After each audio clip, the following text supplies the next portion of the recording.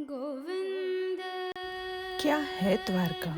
द्वारका सिर्फ एक नगरी नहीं, भक्ति का सागर है, जहाँ हर लहर में श्री कृष्ण का आधार है। यहाँ शंखनाद में गूंजती है गीता की वाणी, जहाँ हर मंदिर की दीवार खुद कहे एक कहानी।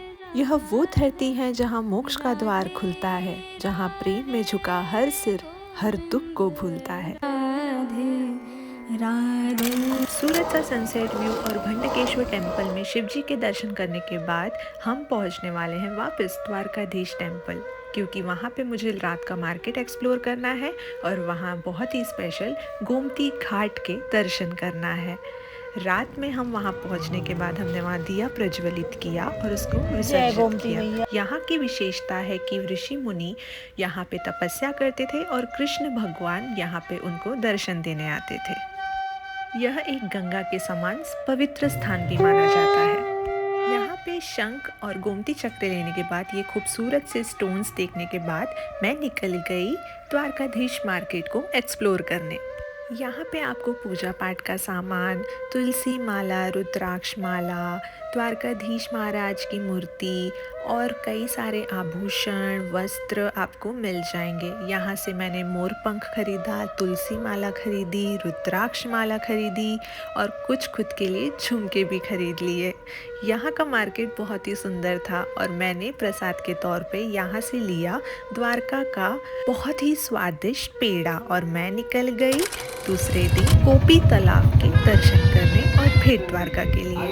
तिरुपति बालाजी भगवान के दर्शन कीजिए, प्राचीन मुख्य मंदिर के दर्शन कीजिए। कहते हैं कि गोपेश्वर महादेव जी का मंदिर कृष्ण अवतार समय का है। प्राचीन मुख्य मंदिर के दर्शन कीजिए।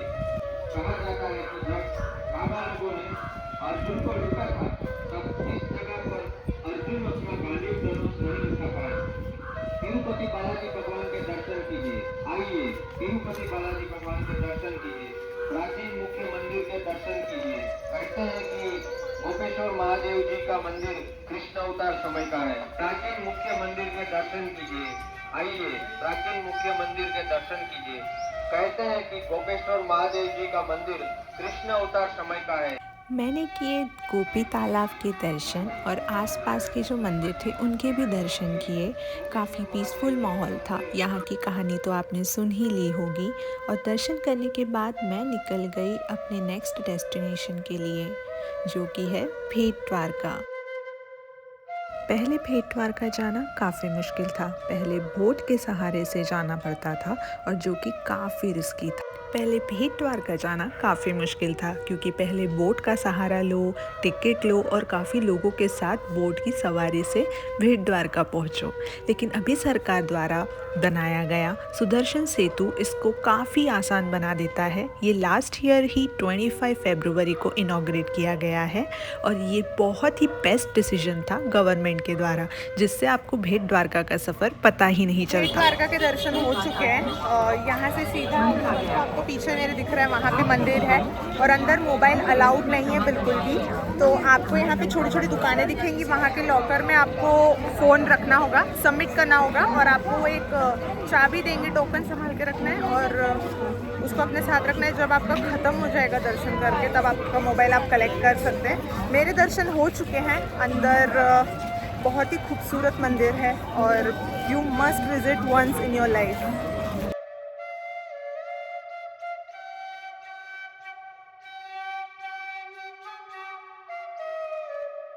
सोने की द्वारका में खासियत ये है कि यहाँ पे कृष्ण लीला की सारी कहानियाँ और उनकी झांकी द्वारा इसको प्रस्तुत किया गया है। ये असली की सोने की द्वारका तो नहीं है, पर उससे कम भी नहीं है।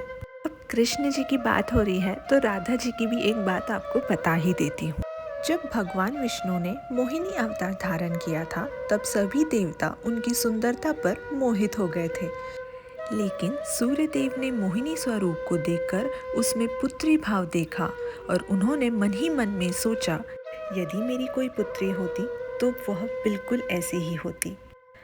भगवान विष्णु ने सूर्यदेव की भावना और पवित्र मनोभावना से प्रसन्न हुए और उन्होंने वरदान दिया, द्वापर युग में मैं एक स्वरूप में जन्म लूँगा और तुम मेरे पिता होगे। द्वापर युग में भगवान श्री कृष्ण की पराशक्ति श्री राधा जी के स्वरूप में अवतारित हुए। वृषभानु महाराज जो सूर्य देव के अंश माने जाते हैं, वह उनके पिता बने।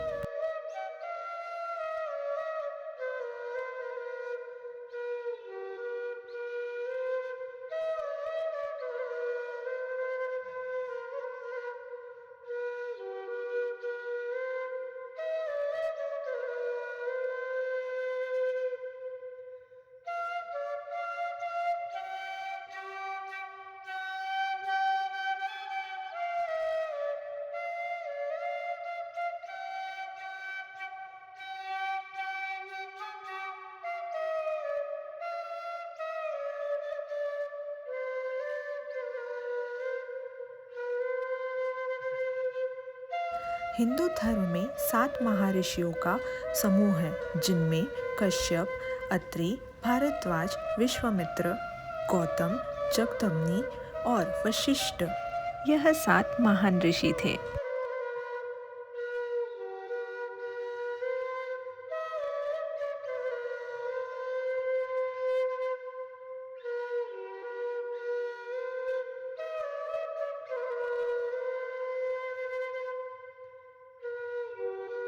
आइए दर्शन कीजिए ब्रह्मांड के देवता विष्णु भगवान जी के और हमारे धन की लक्ष्मी लक्ष्मी मैया जी के। यहाँ पे महाभारत की भी झांकी दिखाई गई है, जो गीता में हमें बताई गई है।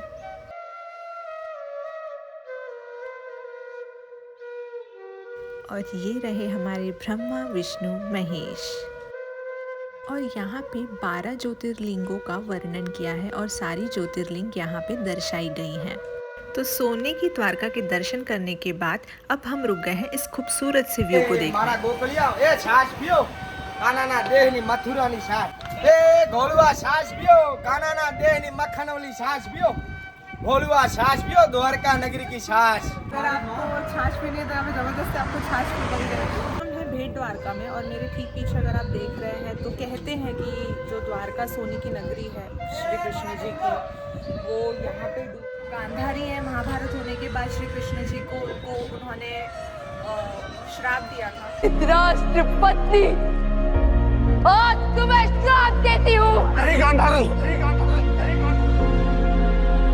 तुम्हारा नगर भी समुद्र में डूब जाएगा।